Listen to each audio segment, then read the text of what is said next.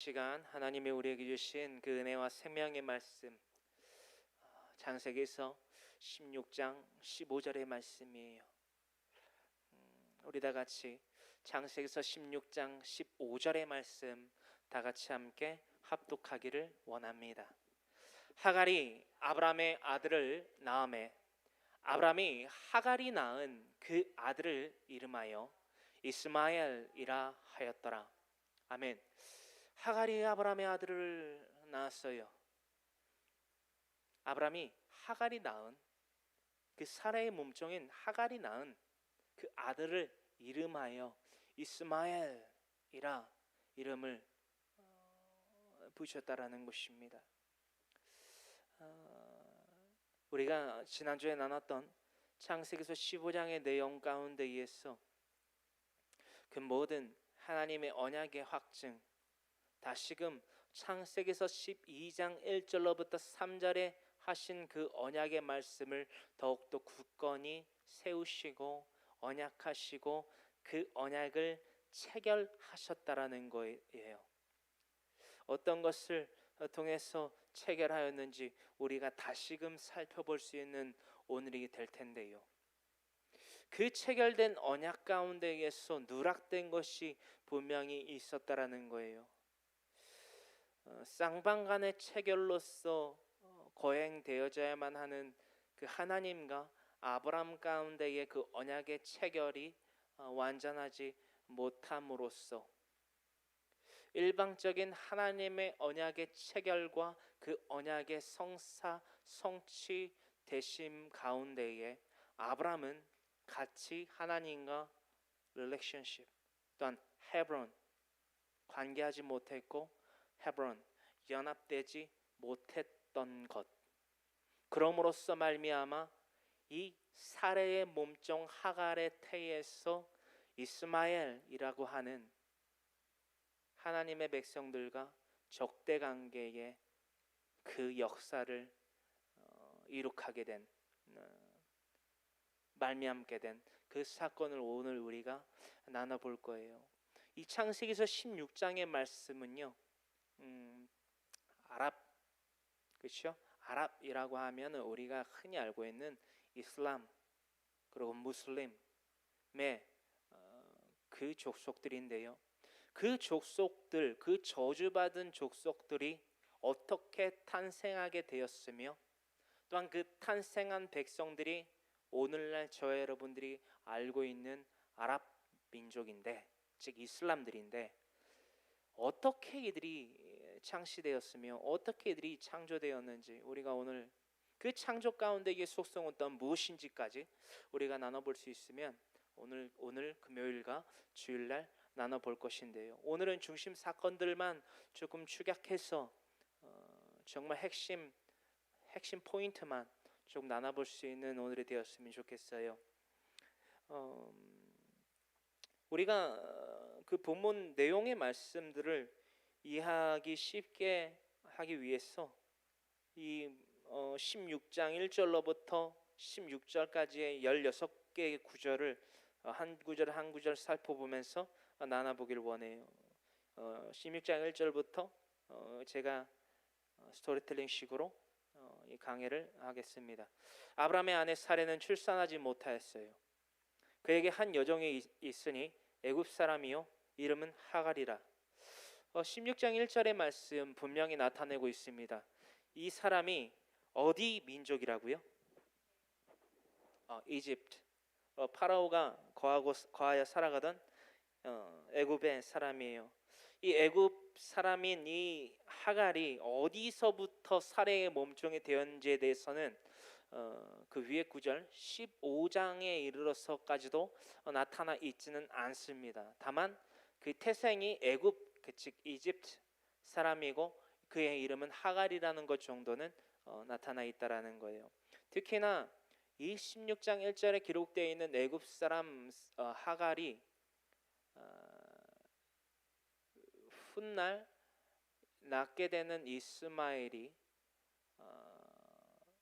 어떠한 사람, 어떠한 근본을 갖고 있는 인지 우리가 살펴봤을 때에 그 터를 어디에 삼고 살아가는지를 봤을 때에 네게부 사막과 애굽이었다라는 것을 우리는 볼 수 있다라는 것입니다. 역사적으로 그러고요.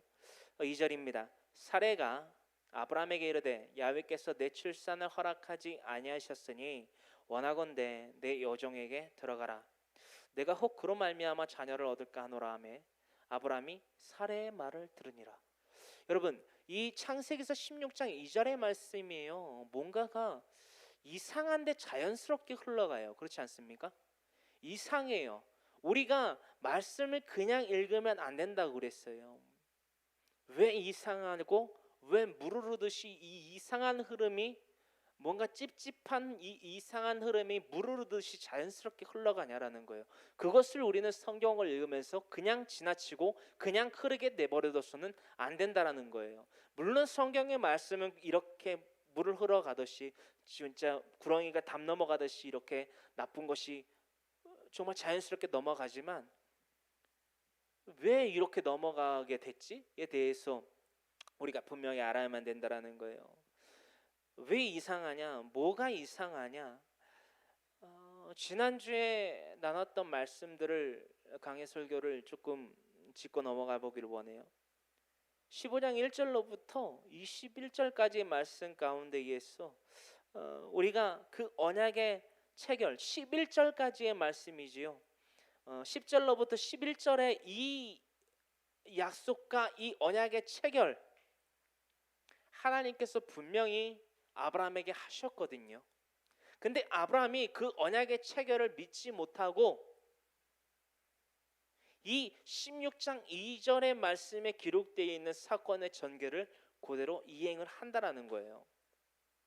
자, 하나님과의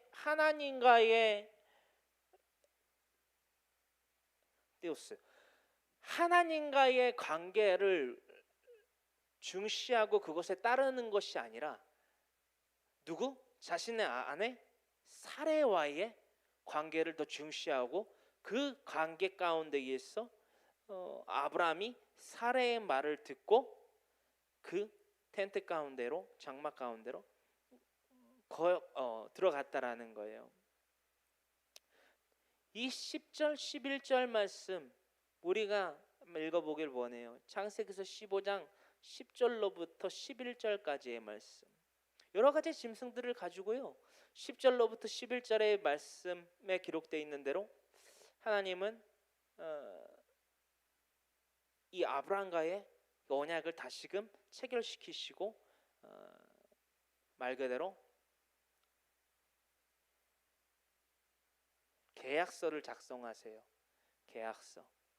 아브라함이 그 모든 것을 가져다가 그 중간을 쪼개고 그 쪼갠 것을 마주 대하여 놓고 그 새는 쪼개지 아니하였으며 솔개가 그 사체 위에 내릴 때에는 아브라함이 쫓았더라. 그리고 해질 때에 아브라함에게 깊은 잠이 임하고 큰 흑암과 두려움이 그에게 임하였더니 야훼께서 아브라함에게 이르시되 너는 반드시 알라 네 자손이 이방에서 계게 되겠고 하면서 언약을 세우세요. 이것에 대해서 이 언약의 체결 가운데에서 더욱더 강조되고 있는 부분은요, 5절의 말씀이에요. 15장 5절에 그를 이끌고 밖으로 나가 이르시되 하늘을 우러러 무뼈를 셀 수 있나 보라. 또 그에게 이르시되 네 자손이 이와 같으리라. 아브라함의 그 자손이 이와 같이 별처럼 많을 것이다 라고 언약을 하셨어요. 약속을 하셨어요. 그 약속을 믿지 못했어요. 그래서 그 약속을 믿지 못하는 아브라함에게 이 계약서를 작성을 하셨다라는 거예요. 이것에 대해서는 우리가 더욱더 이 오늘 본문 말씀을 통해서 나눠보면서 더욱더 세밀하게 관찰해 볼 것이고요. 3절, 아브라함의 아내 사레가 그 여종 애굽 사람 하갈을 데려다가 그 남편 아브라함에게 첩으로 준 때는 아브라함이 가나안 땅에 거주한 지 10년 후였더라. 10년 동안 거주가 하고 난 이후에 이 아내 사레가 그 몸종으로 두고 있던 하갈을 아브라함에게 줘요. 무엇으로? 이 후손을 낳을 수 있는 수단으로서. 4절, 아브라함이 하갈과 동침하였더니 하갈이 임신함에 그가 자기의 임신함을 알고 그의 여주인을 멸시한지라. 사레가 아브라함에게 이르되 내가 받는 모욕은 당신이 받아야 옳도다. 내가 나의 여종을 당신의 품에 두었거늘 그가 자기의 임신함을 알고 나를 멸시하니 당신과 나 사이에 야훼께서 판단하시기를 원하노라. 여러분, 이, 이 부분들을 살펴봤으면 좋겠어요. 15장 지난주 알아봤던 그 내용 가운데 의해서 아브라함이 하나님께서 그 찢은 짐승들 사이 가운데에 아브라함이 잘 때 지나가셨던 것을, 일방적으로 지나가셨던 것을 우리는 다시금 살펴봐야만 된다라는 거예요. 그리고 그 모습을 봤기 때문에 이 기록이 지금 이렇게 새겨진다라는 거거든요. 12절로부터 보면요, 해질 때에 아브라함에게 깊은 잠이 임하고 큰 흑암과 두려움이 그에게 임하였더니, 그리고 야훼께서 아브라함에게 이르셨다라는 거예요. 쭉 이르셨다라는 거예요. 14절로부터 21절, 즉 이 요단강 주변 또한 가나안 땅 그 가운데에서 수많은 이방 족속들이 있는데 그 족속들로부터 하여금 강성해지고 내가 너를 지키겠다. 또한 그 족속들 가운데에서 너희 민족이 나는데 이러한 수순들을 밟아서 너희 민족이 흥황하게 또한 세하기도 할 것이다 라는 말씀을 해주셨다라는 거예요. 여러분, 근데 이 말씀의 언약과 그 모든 상황들을 아브라함뿐만이 아니라 사레 또한 몰랐겠느냐라는 거예요. 아브라함이 분명히 이 사건을, 15장의 사건을 분명히 겪고 들었고 보았는데 이 사건들을 자신의 아내인 사레에게 전달하지 않았겠냐라는 거예요. 지금 사레는요, 또한 이 아브라함은요, 도무지 알 수 없는 행동들을 해요. 하나님이 분명히 환상 가운데 의해서 나는 두려워하지 말라, 나는 네 방패여 너희 지극히 큰 상급이니라 라고 말씀하시면서 장막 가운데 의해서 나오게 하셔서 그 환상 가운데 임하신 하나님께서 수많은 무뼈를 세게 하시고 셀 수 있느냐? 그때 당시에는 1200개에서 1400개였거든요 별이. 실제로 이 개수라는 게 아니라 그때 당시에 아브라함 당시에 사람들이 1200개에서 1400개 정도로서 이 별을 딱 책정을 했다라는 거예요. 별은 1200개니까 1200개나 1400개야 하면서 한정을 뒀다라는 거예요. 정말 재밌는 사실이었고요. 그러면서 정말 터무니없는 말을 해요. 야훼께서 판단하시기를 원하노라. 뭘 어떻게 판단하라는 거예요. 자신들이 멋대로 살아놓고. 6절, 아브라함이 사레에게 이르되 당신의 여종은 당신의 수중에 있으니 당신의 눈에 좋을 대로 그에게 행하라 하매 사레가 하갈을 학대하였더니 하갈이 사라 앞에서 도망하였더라. 이제부터 중요한 내용들이 나옵니다. 야훼의 사자가 광야의 샘물 곁 곧 술길 샘 곁에서 그를 만나 이르되 사레의 여종 하갈아 네가 어디서 왔으며 어디로 가느냐.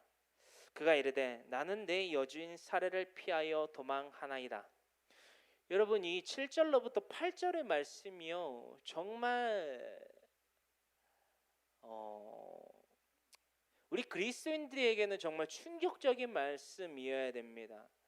이 사건뿐만이 아니라요, 우리가 몇 사건들을 또 나눠볼 건데, 여러분 이 7절로부터 8절의 말씀 가운데 이게 정말 의아한 것은 뭐냐면요, 6절로부터 학대를 받고 하갈이 사라 앞에서 도망쳐서 샘물 곁 곧 술길 샘 곁에서 그를 만났는데요, 그가 누구냐면은요 야훼의 사자예요. 지금요 직접적으로는 지금 아브라함의 아내 사레도 이 야훼의 사자를 못 만났거든요. 그렇죠? 그리고 직접적으로 언급되어 있는 부분들만 따지고 놓고 보면요, 아브람보다 직접적으로 그 야훼의 사자가 나타난 것은 아브람보다 사례가 더 커요. 우리가 이 본문 말씀 8절로부터 밑에 말씀을 쭉 나눠보면은 그것이 무슨 말인지는 아는데요. 우리가 16장 1절에 보면요, 하갈은 어디 사람입니까? 애굽 사람이라는 거예요. 이방인이거든요. 하나님께 대한 이방인, 그렇죠? 하나님께 대한 이교도, 이방인의 땅인 애굽의 출신인 하갈이 지금 사례 앞에서 도망쳐서 나와서 샘길, 그렇죠? 샘물결 곧 술길 샘 곁에서 그를 만나요. 뭐가요? 야훼의 사자가요. 우리가 이 사건 가운데에서 잠깐 짚고 넘어갈 것이 뭐냐면요,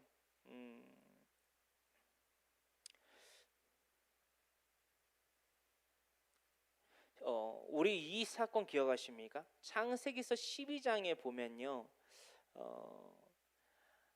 아브라함이 세겜, 베델, 그리고 네게부 사막, 그리고 애굽에 들어가서 그 자신의 목숨을 부지하기 위해서 자신의 아내 사레를 바로의 첩으로 죽어버리는 그런 죄악을 저지르죠. 그 가운데에서 우리가 정말 다시금 살펴볼 것은 17절의 말씀이었죠. 바로가 자신의 누이라고 속였던 사례를 바로가 첩으로 삼고 나서 아브라함을 후대해요. 아브라함이 양과 소와 노비와 암수 나귀와 낙타를 얻었어요.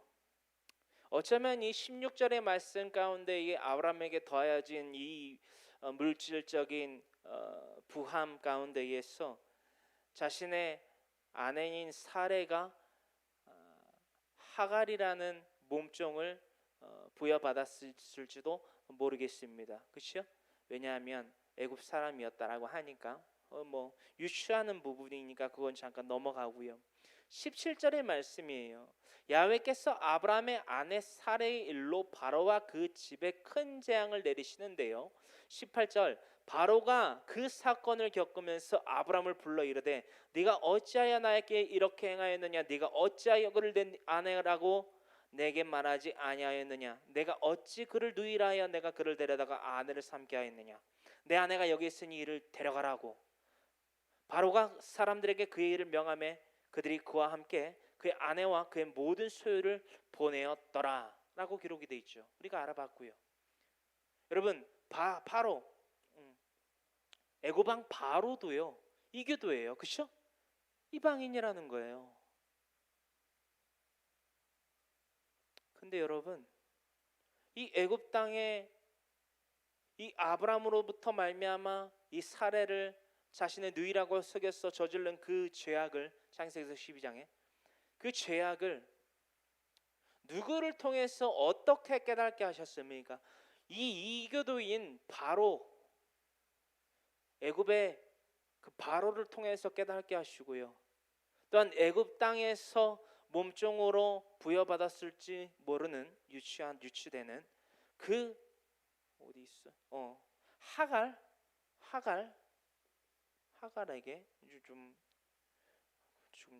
제가 이렇게 있어갖고 이렇게 썼는데, 하갈을 통해서 하나님은 자신의 역사를 나타냈어요. 어떻게 나타내시는지 한번 보기를 원합니다. 9절입니다. 야훼 사자가 그에게 이릅니다. 와, 이 말씀 또 들어요. 내 여 주인에게로 돌아가서 그 수하에 복종하라. 야훼 사자가 또 그에게 이르되 내가 네 씨를 크게 번성하여 그 수가 많아 셀 수 없게 하리라. 우선 11절까지 읽을게요. 야훼 사자가 또 그에게 이르되 네가 임신하였은즉 아들을 낳으리니 그 이름을 이스마엘이라 하라. 이는 야훼께서 내 고통을 들으셨음이니라. 우선 여기까지 읽을게요. 여러분이 9절로부터 21절까지의 말씀을 읽었는데요.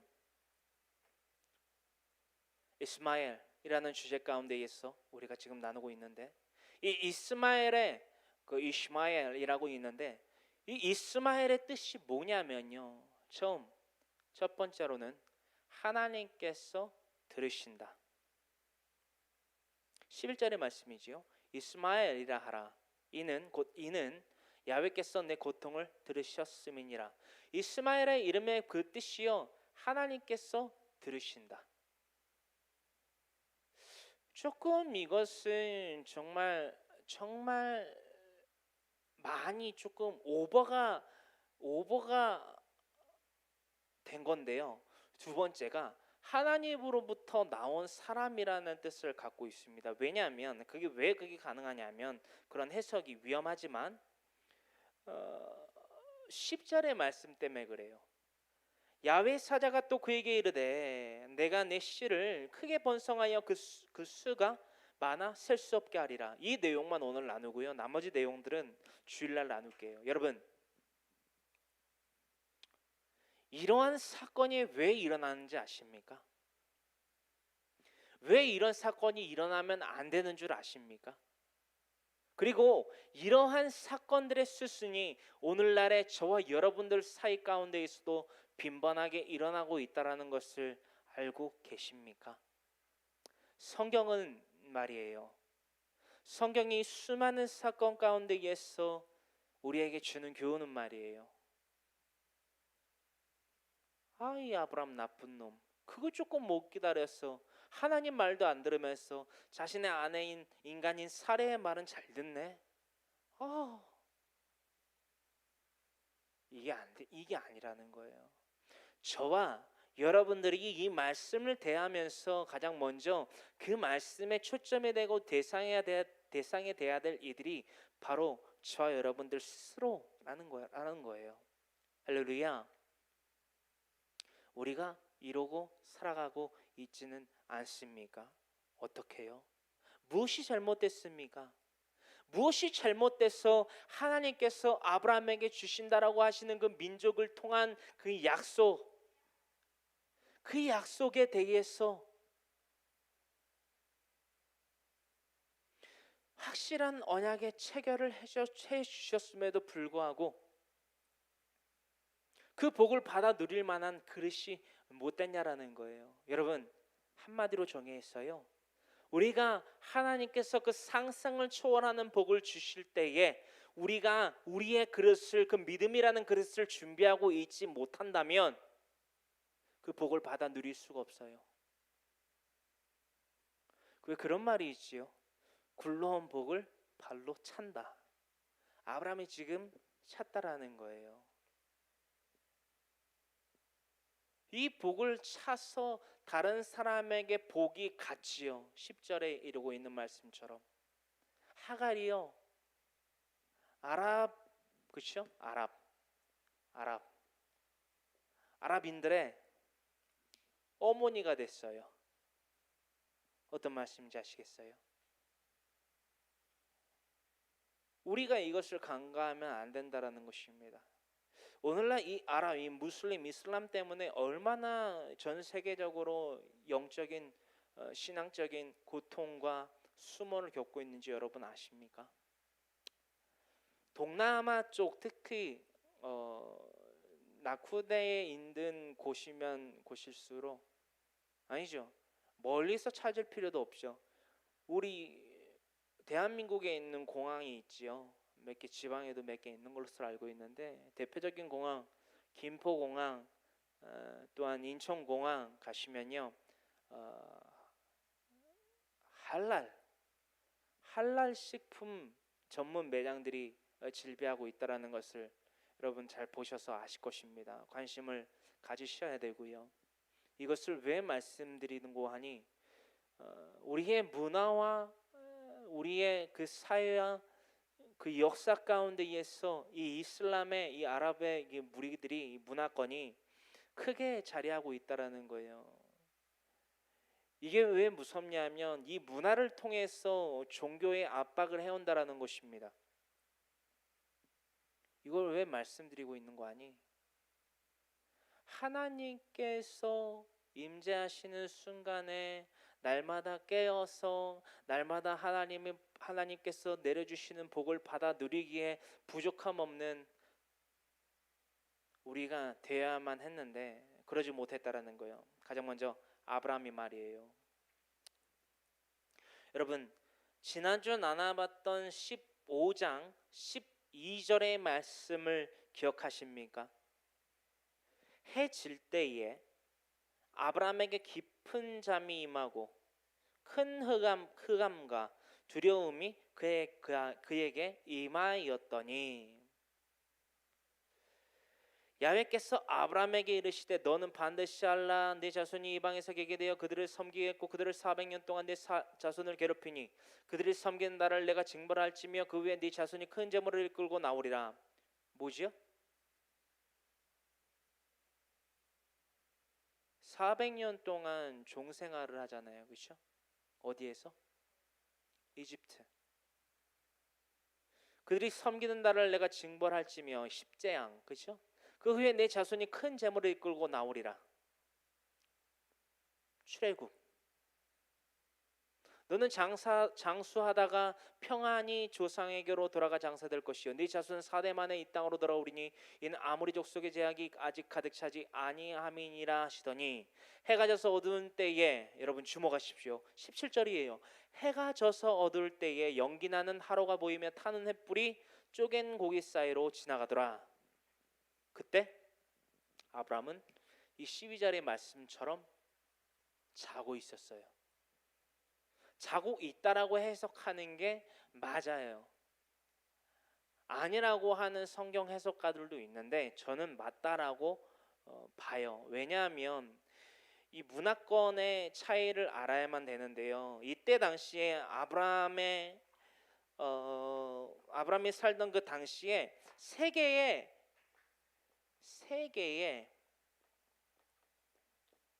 상호 간에 체결 방식이 있어요. 체결 방식. 세 개의 체결 방식이 있는데 첫 번째, 두 번째, 세 개의 체결 방식이 있는데요. 하나는요 신발이에요. 신발, 신고 있는 신발. 그리고 두 번째는 소금이에요. 그리고 세 번째가 바로 이 짐승을 통해서 하는 언약 체결이란 말이에요.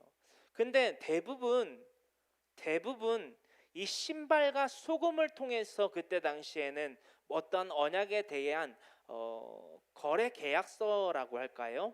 그런 거래에 대한 체결을 했거든요. 이 신발은 뭐냐면요. 만약에 저라는 A라는 사람이 있고 B라는 사람이 있어요.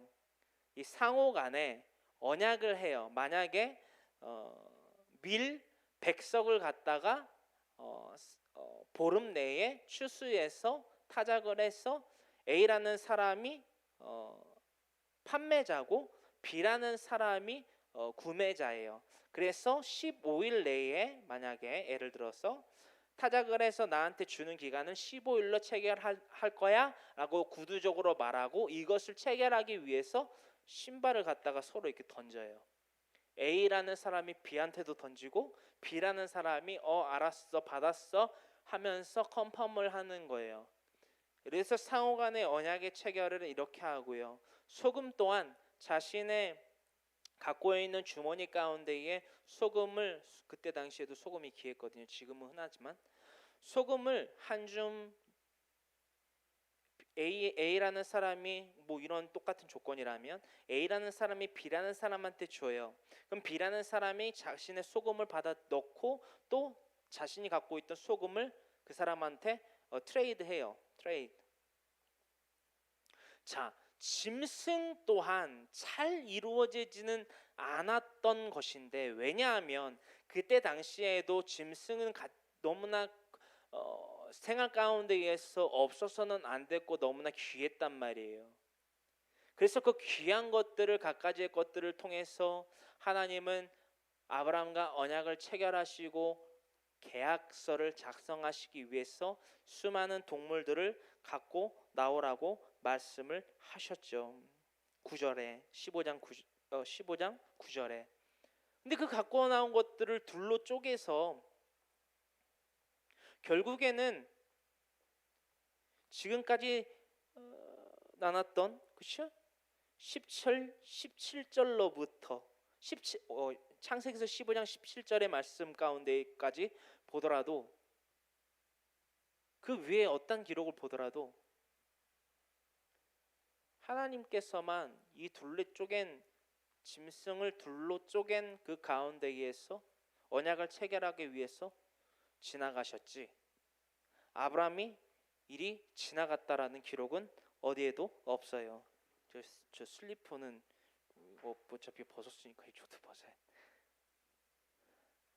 여러분 찾아보시라는 거예요. 만약에 아브라함이 깨어 있었더라면 이때 당시에 문화 가운데에서 이 거래 계약의 필수 조건인 교차하는 방식을 분명히 사용했을 것인데 그런 기록이 없다라는 거예요. 그래서 아브라함이 자고 있다라는 것을 우리는 알 수 있다라는 것입니다. 할렐루야. 중심은요 뭐냐면요 중요한 사항은요 우리가 날마다 주님의 음성을 쫓아 살아가는 것은 물론이고 이때 당시에 아브라함은 흑암 가운데에 두려움이 임하여 자고 있음으로 말미암아 하나님께서 체결하신 확증하신 이 언약 가운데에서 이 계약 가운데에서 일어나는 그 모든 혜택들을 받아 누리지 못했다라는 거예요. 우리가 주일날 더욱더 깊이 알아볼 터인데 신약의 시대를 살고 있는 우리에게는 이러한 언약의 체결의 조건은요 무엇으로 말미암아 성사가 되었냐라는 거예요. 로마서 5장 8절의 말씀이지요. 왜 짐승을 둘로 쪼갰다는 건 뭐죠? 사륙했다라는 거죠. 죽였다라는 거죠. 피를 흘렸다라는 거죠. 피를 흘렸다라는 거잖아요. 그렇죠? 피를 흘렸다라는 의미가 뭐냐라는 거예요. 희생이라는 거예요. 피 흘림 없이 이룰 수 없네 고난받을 이유 없으신 주 순종하셨네 주 십자가 지셨네 우릴 위해 하나님께서는 아브라함에게 복을 주시려고 이 짐승 가운데에 이 생의 제물로 바쳐진 이 짐승 가운데에 지나가셨는데 아브라함은 자고 있었다라는 거예요. 여러분 우리가 이 사건을 통해서 깨달아야 될 것이 뭐냐라는 거예요. 우리가 아직 죄인 되었을 때에 그리스도께서 죽으심으로 하나님께서 우리에 대한 자기의 사랑을 확증하셨느니라. 할렐루야. 언약을 체결하셨느니라. 확인하셨느니라. 여러분 예수 그리스도의 십자가 대속의 은혜를 믿으십니까? 또한 부활하심을 믿으십니까? 그에 대해 연합하고 있습니까? 일방적인 약속이 되어서는 안 돼요. 여러분 십자가 대속의 은혜가 무엇을 의미합니까?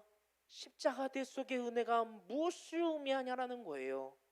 여러분 수직적인 관계 하나님께서 우리를 사랑하신다라는 거예요.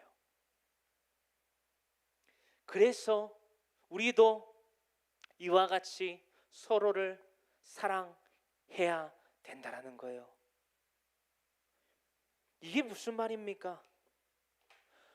수직의 관계를 수직의 관계를 깨닫지 못하고서는, 수직의 관계가 뭐죠? 로마서 5장 8절의 말씀을 깨닫지 또 믿지 못하고서는 이 수평적인 관계를 할 수가 없다라는 거예요.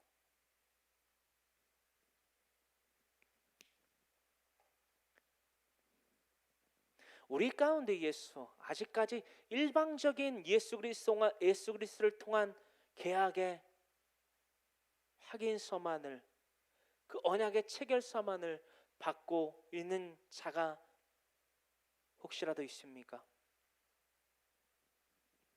이미 예수님을 통하여서 하나님의 사랑의 그 확증은요 지나갔어요.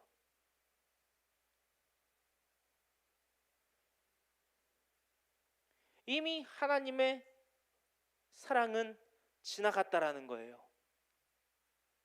이제는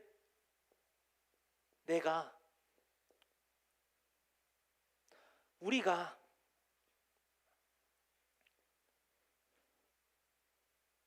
교차해서 지나가야 될 것입니다. 이게 믿음이에요. 이게 신앙의 삶이에요.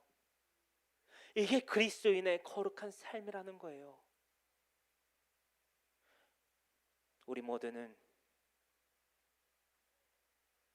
너희는 이 세대를 본받지 아니하며 오직 마음을 새롭게 함으로 말미암아 하나님의 선하시고 온전하신 이 뜻이 무엇인지 분별하도록 하라. 이것이 너희가 드릴 영적 예배이니라. 로마서 12장 1절의 말씀, 우리가 분명히 깨닫고 오늘의 이 이스마엘 또한 이 하갈의 이 사건을 통하여서 분명히 깨닫게 되기를 간절히 소망합니다. 간절히 소망합니다. 그러므로 말미암아 우리들의 목표는 이것이 되어야만 된다라는 거예요. 하나님과의 쌍방계약을 기억하여 지키자라는 것이에요. 말씀드렸지요. 아브라함이 왜 이런 못난 행동을 했냐라는 거예요. 왜 하나님의 말씀은 온데간데 없고 하나님이 보여주신 그 수많은 별과 하나님이 하신 그 언약과 15장 1절에 환상 중에 아브라함에게 임하여 이르시되 아브라함아 두려워하지 말라. 나는 내 방패요 너의 지극히 큰 상급이니라 하신 그 언약의 말씀을 잊어버렸냐라는 거예요. 일방적인 계약이었기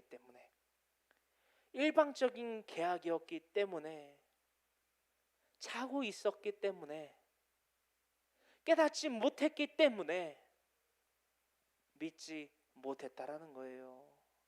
여러분, 지난주도 나눴지요. 믿음의 발걸음, 그 첫걸음 잘 걸어야 됩니다.